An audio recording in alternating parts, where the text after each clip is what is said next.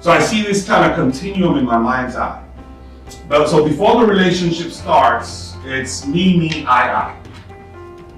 Now the relationship starts, me, I changes to what? We. Yeah, I didn't know you were going to be speaking French today, right? Changes to we, changes to us, right? So this then it builds into what I call a collective identity. The minute the language changes to we and us, you start developing this collective identity. That's the relationship forming. This is where teams begin to form. Now the language has changed to we, it's changed to us, and together you begin to see this preferred future. Preferred future is what we call vision. So the team begins to have a vision together. So it starts with just me, and then the collective identity, then we move on to the vision. Now, once we start talking, it's like, hey, let's do this. Okay, do this. Then leadership pops up, and that's you. And then let's do this as your projects, your assignments, that's becomes your mission. So the continuum goes like this. Relationship, identity, vision, mission. Along that continuum, that cycle, anytime you begin to experience conflict and tension, you stop, you rewind, you recalibrate, you examine the what? The relationship. Yeah, that's right. Leadership is about relationships. It's about the conversations that we have. Leadership is influence. Leadership is influence. And I believe that. What's your name? Kathy. Kathy? Kathy, if you and I don't have a relationship, would you allow me to influence you? Leadership is influence. So you and I, as leaders, we need to work on the relationships. The better the relationship, the more I can influence you. Now, if we don't talk, if we don't have a conversation, will we have a relationship? No. So I say, no conversation, you can write this down, no conversation, no relationship. No relationship, no influence. No influence, no leadership. I'll say it again.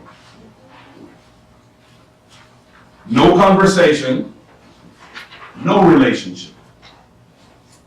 No relationship, no influence.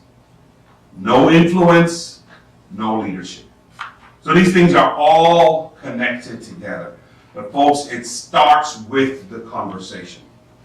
You can write this down too. As a leader, I cannot afford to be an autopilot. As a leader, I cannot afford to be on autopilot. In other words, I've got to be engaged. I can't just come in and say, do this, this is your responsibility, this is your work, this is what you got to do, and expect things to work. No, I've got to take the time to know the people, to know my direct reports. So many leaders fail here because they just don't know how to develop this working relationship. And folks, the number one way to develop a working relationship is by having the conversation. As a matter of fact, that's what coaching is all about. It's about the conversations that you have, the questions that you ask.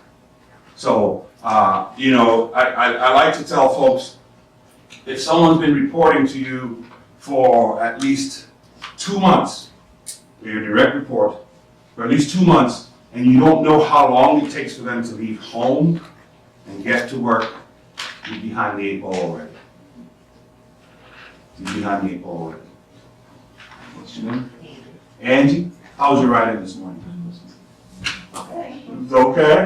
Sure where I'm going? You weren't sure where you're going? No.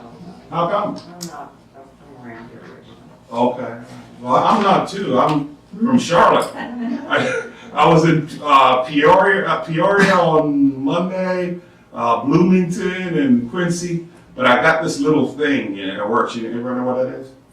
GPS. GPS. I boldly go where no man goes.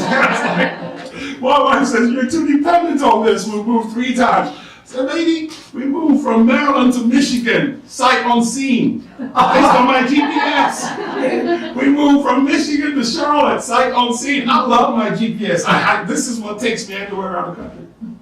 You don't use your GPS? No. Yeah. You break on it. She's really great.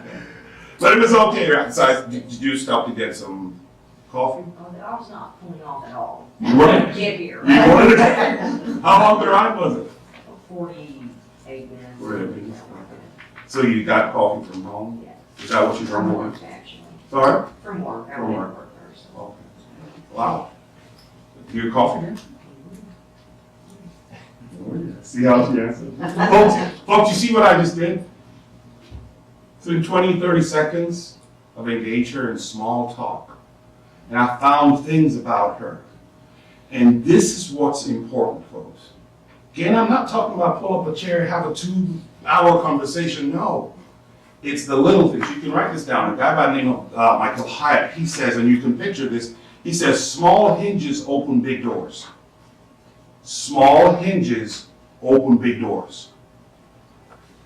And you can picture that. As leaders, it's the little things we do. They did a study and they found out that when you and I communicate, 60% of the time, guess who we talk about? Ourselves, that's right. You can use that to your advantage as a leader. Because your people will tell you things they will volunteer information.